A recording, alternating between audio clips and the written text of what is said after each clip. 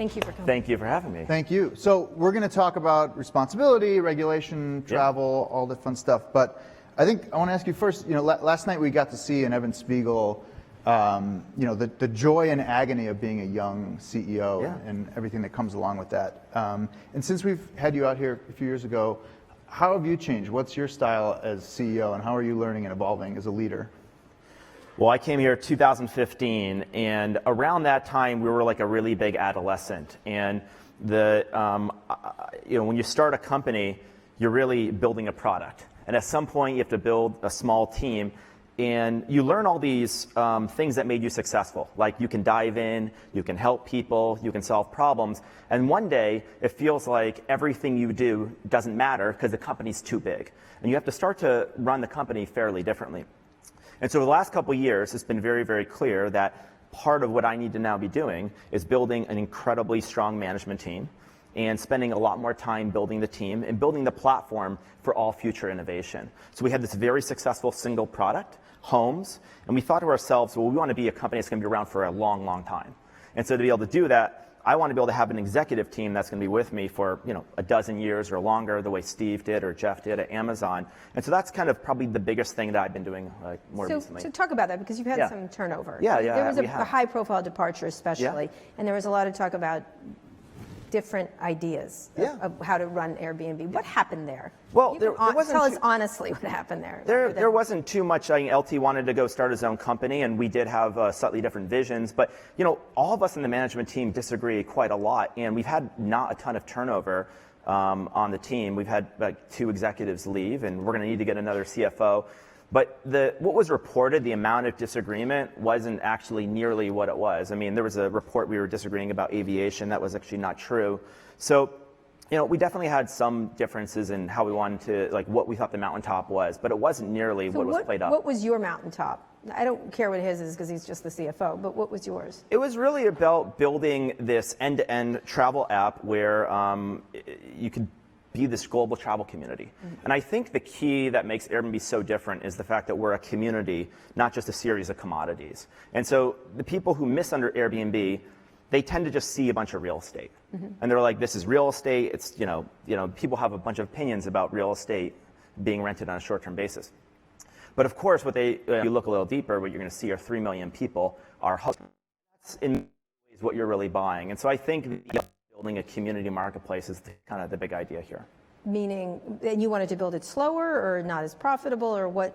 How do you? I mean, I think that I think that we want. I don't think there was a fundamental misalignment. I don't want to get into a ton of details about like what the misalignment, any misalignments, but we really have a huge ambition. I think an extremely long time horizon, and there's a lot of areas you can invest in. And we've decided that we want to focus on the things that are most differentiated, the things that are most oriented around community. So that whether that's going into experiences or doubling down on China, these are things that really strengthen the global network effect, and they are really important for us. So let's talk about experiences, because that was something that you rolled out over a year ago.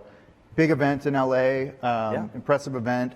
I don't really hear about them, though. I don't see them. I don't see friends bragging that they're on a cool Airbnb experience. I see, this is my beautiful Airbnb, but not we're on a great taco tour or something like that. Are people using them? Is it a success or a failure? Let me say I've done 4 of them. What have you done? She's done them. Sake tasting, ramen making. Ooh. Such a ridiculous San Franciscan. Photography one, and then a crabbing one, I think. Yes, they were great. Oh, good. They were fantastic. Well, no one really heard about Airbnb Homes when they first started. And so to give you a sense, experiences were doing about 1.5 million bookings a year on an annualized basis. It's growing about 10 times faster than homes. So it's growing much, much faster, but it's obviously on a much smaller base. Now, you expect it to grow faster because we have all the traffic. The review ratings for experiences are significantly higher than homes. About 92% of people leave a 5-star review. And the big lesson here is we learned a lot of lessons from the homes business. See, when we started the homes business, my role models were eBay and Craigslist. Those were the big classified sites. And they basically had an idea that a website should be like an immune system. In other words, let the community moderate itself. And 300 million people later, I will say there are limitations to letting the community moderate itself. Yeah, we'll get into that later. Yes. And so what we ended up doing is saying, we are actually going to verify every single experience. I mean, we actually didn't verify them, and we had a beta, and a woman had an experience where you would go to a beach with her, and you'd pick up trash while she yelled at you. And that was the moment we realized we should absolutely be verifying this, because a bad house is only so bad. You have to live in it. Right. But a bad experience could be kind of this nightmare you can't escape. I'm really sorry I posted that. Yeah, exactly, exactly. Well, with Kara Swisher, it can be kind of fun. Composting tour. Yeah. Exactly. No, but the truth is they're doing incredibly well, and I think over the next year you're going to hear a lot more about them. And in terms of getting them in a central, one of the things that was interesting when I was on the experience is that there were a lot of sites like this. There were like 10 companies, I don't remember the names of all of them, that were trying to do these things. They're not working. They're not working, or they're not existing. There's two problems with these sites. The first is most of them don't have traffic. Right. And so everyone needs a home. Most people don't consciously search online on Google or think they need to have an experience. So these sites lack the traffic, and we have more than 500 million people you're searching. The other problem that's less obvious is that I think these other sites are basically doing tourism. Basically stuff that if you live in the city you would never do. Like, let's go in Fisherman's Wharf and hang out and do things that nobody in San Francisco ever does. That's what tourism is, doing what a local person would never do.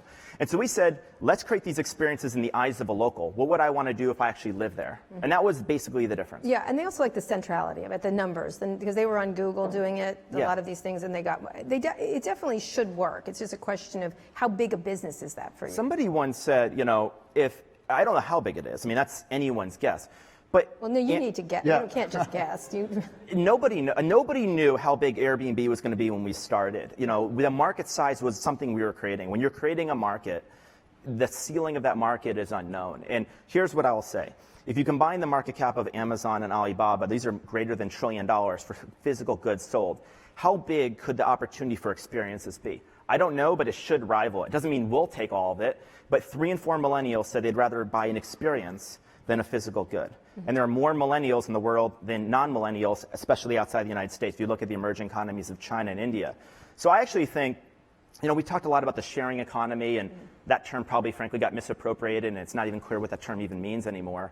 But the experience economy, not to create a new term, because that will probably also get turned into something else, but there will probably be a massive economy around experiences, and we'll just be one player in that economy. But I think it will be really, really big. So what about other businesses? Well, we have the China business. We've had 10 million people in China use Airbnb, and we have 200,000 homes.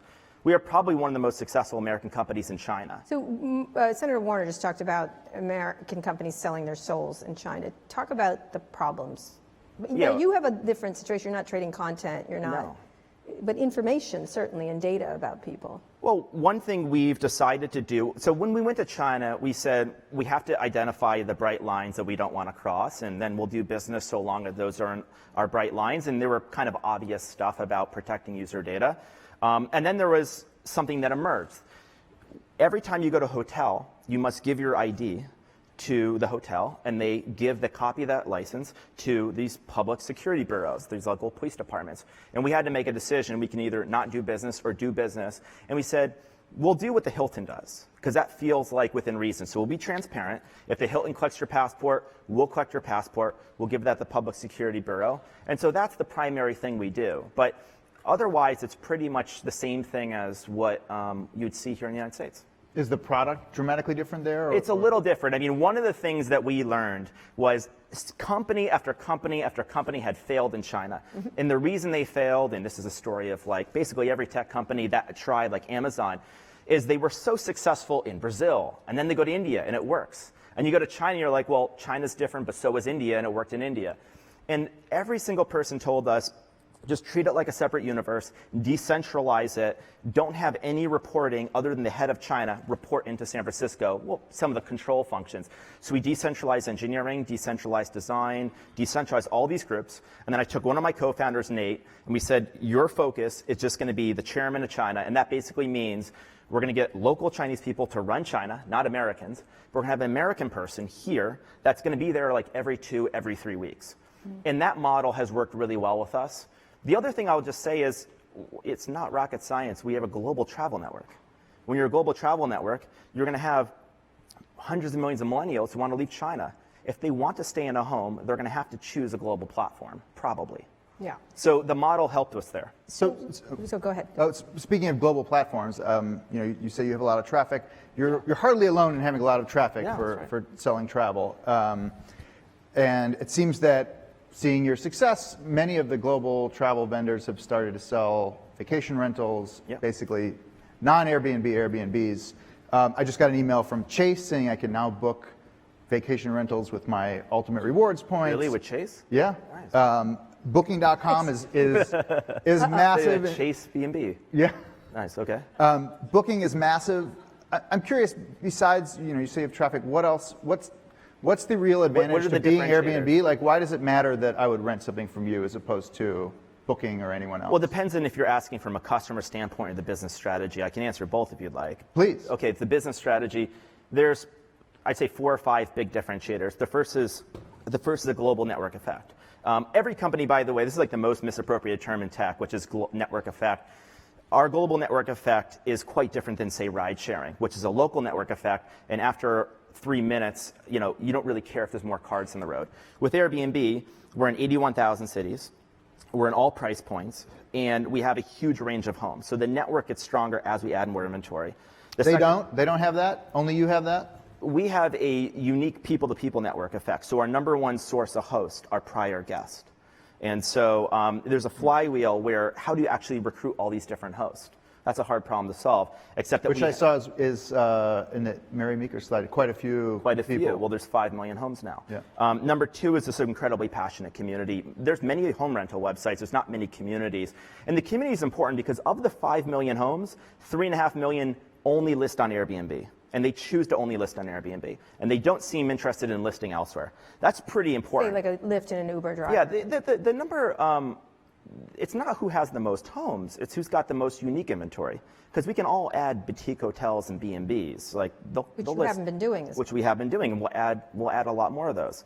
So that's the second thing. The third is the thing I just said, unique inventory. The brand is probably number 4. And the last one is we're trying to build an ecosystem, So we want to build a one-stop shop for travel. Now, a lot of other sites are trying to do that, but we want to be truly integrated. So you can see homes, you can see experiences. We're going to kind of build it like a truly end-to-end system. Where are you with actual travel, plane travel, Airbnb airlines? So the idea is we want to build this. We want to take what is a platform for homes and abstract it so it's just a single platform where we can create 100 businesses or 100 categories. And that's the big technology thing we're doing. We have like dozens of incubations going. Name a few. I'm sorry? Name a few. Content, where travel content is a huge one. So the biggest problem with travel content for us is people open travel guidebooks, TV shows, and we don't exist in any of the travel media. I mean, it's obvious why. We're not major advertisers. The other thing is that we're step 4 in the travel booking process. So you have inspiration, planning, flights, then Airbnb. So everyone comes to Airbnb with a destination in mind. And so you're kind of really far down the funnel. So content's a big one we're looking at. Services, there's about Does that mean a magazine, a travel show, whatever? I would love to put content in the app so you actually come to Airbnb instead of going to some other website to figure out where to travel. Condé Nast Travel. Yeah, like imagine coming to Airbnb to figure out where to travel, and the content is so much more interesting because it's not tourism. It's like, here are local communities, here's like the local... It's Instagram stories, right? Which you just kind of launched that was a bit of an thing. experiment, but yeah, it's going that direction. Right. I've also seen a slide where you're launching like grocery delivery and things like that. There will be a lot of different services. Meaning if you go somewhere, the food... Yeah, we don't necessarily have to do them all. Like we plugged in Resi, which is a restaurant reservation app. We said, we don't need to get in the business of restaurant bookings. People do that passionately. But what we're differentiated about is typically community-driven travel. All right, let's get to the heart of the problem, though, regulation. Yeah. So you're having some issues in every major city. For the last 7 or 8 years, Yes. we've had, probably started in 2010. All right, where are the real vulnerabilities? Let's talk about San Francisco and New York. Yeah. San Francisco and New York are 2 of our 4 worst cities in the world. Worst cities. I'm sorry? Worst or biggest? 2 of the 4 most difficult cities from a regulatory Talk about that. Honestly, talk about what is the... New York has been a standstill since 2010. In 2010, I said this is going to be a 1-year challenge. And then in 2011, I said this was probably going to take a few years. And in 2018, it's going to take more than a few more years. It doesn't seem like the end is in sight with that challenge. What's the challenge? The challenge is that you have challenge, but go ahead. Well, it is a huge challenge, Yeah. but we're still there, and we're still really Right. large, and we're a lot bigger than we were the last time I saw you in New York. Right. So the challenge is that you have this huge hotel industry. By the way, well done on that one. But go ahead. Thank you. Move along. We have this huge, there's a massively powerful hotel industry in New York and hotel unions that have really galvanized people and created this kind of perpetual battle. And so we have tried to, for example, pay hotel tax, which would have been hundreds of millions of dollars. And we're accused of not collecting hotel tax, but we haven't been allowed to. We've done it in 500 other cities around the world. So this thing is just a kind of political standstill in New York. San Francisco is different. It was a political standstill, and we had this new system last year, a pass-through registration, where everyone, they list on Airbnb, we automatically register them with the city, share their information with the city. The hosts know this is happening. They get a registration number. They put the registration number on their listing, and then we collect and remit hotel taxes and give the hotel taxes to the city. That's a pretty reasonable solution. We've done this in Philadelphia and Chicago and cities all over the world. New York, many people don't want that to get solved. And do you leave New York? I think we talked. We've talked about, we had dinner, and your advice to me was to leave New York. Yeah, so? We haven't done that yet. All right, okay, why? I'll tell you what I told you at dinner. That if it was just a business decision, it probably wouldn't be worth it to stay there. But we're not there just for business. There are 50,000 people that depend on it to make income. And if you were to shut a market down, that's 50,000 emails, 50,000 really long stories about people who need this money to earn income. And so I can't just make a decision from a purely business perspective. The moment you create something and people come dependent on you, you have a responsibility. And that's the responsibility we have, is to continue to do this for them. Let's talk about those, because that's a great slide, up and to the right, homes, listings, hosts. People make money, but rents also go up, and people have fewer places to live, and there's some element of this is the tech responsibility part of the discussion. Yeah, I'd love to talk about this. Yeah. How do you balance that? Like, what's the right? It's a hard balance, and listen, we want to make neighborhoods better. We don't want to make them more expensive. And by the way, I love that I can stay in the Marais in an Airbnb, because there's no good hotel there, and in Silver Lake and wherever else. So it is a great thing for the traveler, but kind of might suck for the person living next door. I don't know. It does sometimes suck. And so what we've done is we've partnered with cities. And if some cities really want a lot of Airbnbs and some cities want to have more restrictions, and we go city by city. I mean, here's the end of the day. We want to be good for neighborhoods. We don't want to be bad for neighborhoods. There's sometimes a trade-off between what a neighborhood wants and what hosts want and what the business wants. And you have to find that balance. Oftentimes, we end up going on the side of the city. Like in the city of New York, we removed all people that had multiple listings. In the city of San Francisco, we are smaller than we were pre-registration in San Francisco. That was definitely a trade-off. But Amsterdam wants to kick you out. Yeah, and this controversy in Amsterdam predates Airbnb. Explain that for people who don't. People in Amsterdam feel like there's too many tourists to Amsterdam. Now, you also have a lot of, big bus tours coming into Amsterdam. And so I think this is a major backlash against mass tourism. On an Airbnb, most people stay much longer, typically around a week, not a few days. It's a pretty different use case. So we want to be part of the solution, but we are a tiny little section of a much broader tourism economy in Amsterdam. 95% of people going to Amsterdam are staying in hotels, and the pushback isn't housing as much as just mass tourism in the city. They call it museumification. But they're focused on you. They are focused on us and our competitors as well, yeah. This seems like such an important part of people's lives, but for whatever reason, and you're in many ways cut from the same cloth as Uber, a disruptor using interesting new marketplaces, using technology to build them, and many cities hate you. How have you managed to avoid, though, the delete Airbnb type crisis where people hate you more than they should? Well, I don't think we're cut from the same cloth. I mean, you're kind of the anti-Travis in many ways. Well, we're different. I mean, in 2010, New York passed this law, and my instinct was to fight. And that was a natural instinct. My other instinct was when people don't like you, avoid them. Don't talk to them. And then we hired this incredible woman who's now our COO, Belinda Johnson. She told me two things. When people hate you, talk to them and partner with them. And I said, that is like absurd. Why would I do that? And she said, give it a try.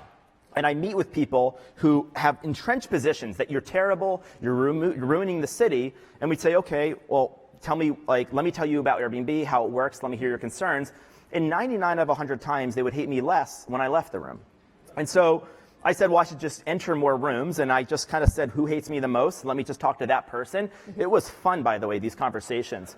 Yeah. One time I met a politician and they said, you're like ruining my city. And I said, can you tell me more? He says, let's turn on the internet. And they pointed to a television. So it became very clear that people had fundamentally different amounts of understanding about Airbnb. But I want to say this, like, I don't think all cities hate us. We've done 500 agreements, tax agreements. We've collected $500 million in hotel tax. We will soon be the largest collector of hotel tax of any company in the world. So you read about news, you don't read about the 81,000 other cities we're in. So, and again, it comes down to partnership. Now, we're not perfect, absolutely not.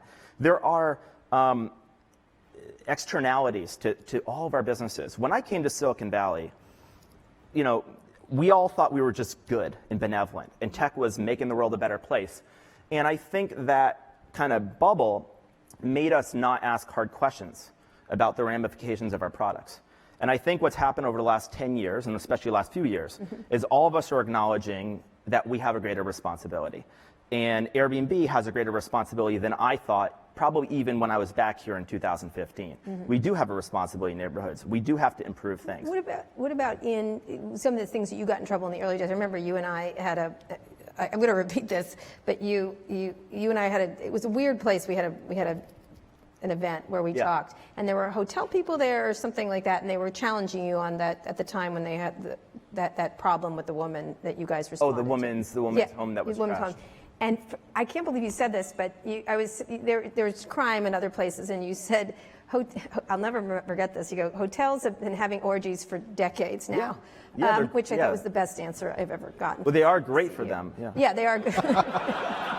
Not from personal experience. Okay, all right. Me neither. Yeah. Well, we've read about it. I didn't see you there, though. Yeah, no. So one of the things you had an issue, like that issue, you responded kind of cloudishly to the original one. It was very bad. It was very bad. That was screwed up. Yeah. So you know why? Because I was listening to what I thought were experts, and experts say, don't accept responsibility. If you do, you'll be liable. And I didn't, and then it got worse and worse and worse. And one day it got so bad, I said, if it all went to hell, how would I have wanted to act and been remembered? And I said, from now on, I'll just do things like that. And so we just said, we're sorry. We're going to do a host guarantee. And I call that being a principal decision as compared to a business decision. And a business decision is trying to forecast how it's going to, what's the right move based on how it's going to end. But these business decisions often end up on the wrong side of them because you can't actually predict how they're going to end up. And you just recently had an experience with some African-American women, is that correct? Yeah. Explain what happened there for people. There were some women that were checking out of an Airbnb, and the neighbor said, those people don't live here, and they called the police. And it was incredibly discouraging situation. And it wasn't directly. There wasn't too much we could do in that circumstance because it wasn't a direct community member. But we did reach out to the guest. But we have had a history of in 2015. It was pretty well reported. 2016 discrimination on our platform. Right. And so from there we decided we're going to have a zero tolerance to discrimination. We made every single person click a box that said, I will not discriminate based on age, sex, race, religion. The tens of thousands of hate mail we got from community members was vast. Last year in Charlottesville, people were trying to stage after parties for the rally in Airbnbs. That was actually happening. And so we actually had a team. It was actually elevated by our community. We canceled these reservations. We tried to snuff out as much as we could. And that, we got in the wrong, we became a pretty big target of people, So what we decided was we can't intervene in every social issue, but when it's related to our mission, you should lean out and lean into that line. And that's what we decided. What do you make of what has happened with Uber and Facebook where things haven't been done correctly? I think that tech has maybe been trying to stay out of trouble rather than the leadership place that the world wants them to be in. And I don't think that's specific to any company. I think that's the culture. We thought we were good. Well, if we're good, why do we need to do more? And suddenly we're so big that we have a huge impact on society. And so if you go to you walk into a company's board meeting, for example, every chart is going to be typically something oriented around the financials. And the customer of that information is an investor.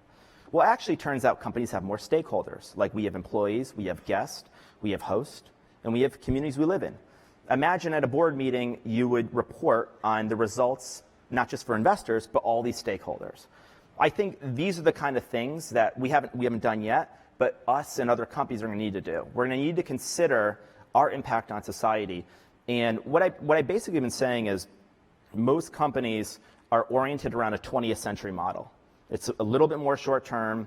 You serve your shareholders. And I think society expects more of us. And I think society expects us to have a much longer horizon, but more importantly, balance the needs of society with the needs of the business, and actually measure your impact with these different stakeholders and make commitments. This is day one for us, and I hope more and more companies follow the lead, rather than just cherry picking certain issues. Just think very broadly about the impact you have on the world. Okay, we're going to get some questions. Are you going to IPO next year? We'll be ready to IPO next year, but I don't know if we will. Why? Well, we're very, we have investors who are really patient, and I want to make sure that it's a major benefit to the company when we do it. Do you want to, watching Evan and others? Well, I just saw, Katrina backstage, and she's, we were talking about it, and it was very clear, like for her, it's been a great experience. And most people I talk to have said it's been a good experience for them. Mark is a big proponent of it. So Zuckerberg. I have no issues with it at all, whatsoever. So it could happen. Could happen. All right. Questions from the audience. Hi. Hi. Roizen here. It's interesting to hear you talk about the initiatives that you're embarking on in major cities like New York and things like that. But there are also a tremendous number of small cities, and I own a couple rental properties in small cities that are adamantly against having Airbnb. And I've noticed that the residents of those cities are better organized than the people who own properties who don't live there. Are you a host on Airbnb? I am not, because I don't have the rental permits, because the cities in charge of that are not allowing us to get the rental permits. And I'm literally selling one of the properties because if I can't rent it, I don't want to own it. And what I've noticed is that I actually reached out to Airbnb and I said, do you guys have any data or assistance or things that you can do to help organize the people in the community who own these properties with data, for example, about the home values going up or other things we can use to be helpful, but there wasn't any such organizing function. I'm wondering if you've ever thought of organizing the owners or the prospective Airbnb renters, hosts, with empowerment of data and some support, because these smaller cities, I know they're not as powerful in the short run, but if you lose those battles at the level with the local governments, it's kind of over for a lot of those places. No, you're right. And most of our business is not in big cities. 2/3 of our business is in small cities, what you would call the long tail. What you're describing is what we're doing in hundreds of cities. We just haven't figured out how to do it in tens of thousands of cities. The two most effective things that we've done in cities is organize our host. And I think we have a few hundred host clubs. We want to have 1,000. I'm not sure if your city would be one of the 1,000. And we do give data to cities. I think what you're describing is a little more of a kind of platform technology approach where the information could be a little more self-serve. People could become ambassadors for a city, get a bunch of information, get a playbook. So we haven't systematized it, but I do agree. We kind of started with the big cities, so we're probably not there yet, but I think that's probably in our future. Thank you, though. Burt Blackrock, Solomani Music Publishing. Hello. I'm actually an experienced host. Oh, you are? So I can attest to a lot of things that you've said, and you're absolutely on point. So I took some notes. I got 2 quick questions, and then I wanted to say something. What's your experience? I started out with be a DJ for a day. Oh, cool. Nice. And because I got to work out the kinks through there, it's directly the reason why I have my intensive here at Code. Cool. Through your experience. Do you consider Airbnb an SBA? It seems to be like the biggest thing in the world as far as an SBA. Was that the initial idea? Like a small business? Yeah, because, you're giving all these hosts an ability without a loan, without any startup costs. You're absorbing all of that. You're exposing it to the world, and then you're just taking a small piece on the back end. And was that the initial idea? Yeah, And, we do. I've never used those words. I actually like that description. We basically say we're a community of entrepreneurs, or like micro-entrepreneurs, because most people don't think of our host as entrepreneurs. And again, that goes back to the thing I think people misunderstand. They just see real estate. And I think what I like about experience is people will see what our community is. It's people. And so I do see us as a way, listen, Airbnb is not going to solve the economy's problems today, but it's pretty clear hundreds of millions of jobs will be automated. And so a lot of companies are going to be thinking about creating new economic opportunities. And I think we can probably create, tens of millions of entrepreneurs. I'd like, before I die, for 100 million people to be able to say, I earned income on Airbnb. That would be what I'd love to be able to say. I mean, I've done mid 5 figures through your program. It's absolutely a real thing. I've been up to the headquarters and spoken in front of them. And anybody who's been and seen me speak sees how passionate. I've had people tear up coming to me. I want to thank Farzad, Brett, Brett, Joe Bot. Joe Bot's been wonderful. Lamar, Jen, Swisher, and Wayne. They've all been really supportive, and I think it was important to share that. Thank you. Right. I had a terrible experience doing my trash yelling thing. I want to thank nobody. Anyway. Hi, Brian. Jolie. Hi. Good to How see are you. you? As someone who has been a fan of yours for a while, I'm curious where you're getting your inspiration these days. And this is loaded because I remember years ago you were Uber's #1 user, and I look at the parallels between the growth at Uber and that you've had for the last decade, and I'm just curious where a sweet guy from Niskayuna, New York, is looking for inspiration these days. Yeah, I was the #1 all-time rider at one point. So I've been pretty shameless about seeking mentors, people that I could get time with. Cheryl was here, I think, last night. Mm-hmm. She has been a very important mentor of mine, as has Warren Buffett and other members. So I've been pretty shameless about reaching out to people. Somebody once said, I remember meeting somebody who's like pretty well known. I said, like, well, how many people do you mentor? And they say, hardly any. And I say, why not? I said, because no one asked me. Mm-hmm. And I thought, wow, well, that's a good sign. I should be pretty shameless in asking. And every step along the way, I've been shameless. And I say shameless because I think people are really proud to ask for help. And I think, like, my point of view is I don't want thousands of people paying for my learning curve. That's, like, ridiculous. So I should fast track that. Good to see you. Thank you. Hi, Brian. Hey. Jana Rich from Rich Talent Group. Good to see you. Good to see you as well. Also, like Jolie, a big fan of yours. Thank you. You were here on stage 3 years ago and made a pretty public commitment to adding a woman to your board. Oh, So yes. I was just curious if there's any update on that. Yeah, I've been so trying to find that out, by the way, and they're very Loctite. It's unusual. I usually can find things out pretty quickly. yeah, you're very good So at that. that's either you haven't hired them, or We haven't brought them on yet. Literally yesterday, I was meeting with one of the people I'm very excited about. We will appoint one person, at least one woman this year. I'd like to add 2 this year, and we're probably going to add somebody who's got an audit profile and then somebody with a broader business general management profile. And what about more? What is your board now? It's 6 people, so 3 founders. 3 guys. Yeah, it's 6 guys. Ken Chenault is our only independent director, and he was CEO of American Express until this past February. So he's the only independent director. So we have a situation where we need to add at least 2 or 3 independent directors at this point. And how are you looking for those? What is your criteria? It's an interesting thing because there's plenty of people to look at. There are plenty of people to look at. What takes so long to do that? Well, if you want to add, 2 things. Number one, we are focusing our pool on people that can add diversity to the board. That's number one, really important. And number 2, we really want to add people that have a really long horizon, understand the nature of our community. And, I want to have really long relationships with these people. So, it's been really this kind of experience where you spend a lot of time with people. So, but I think we could point a few people, pretty quickly. All right, on that, thank you, Janet. Thank you so much. Thank you. Brian, thanks so much. Thank you so much.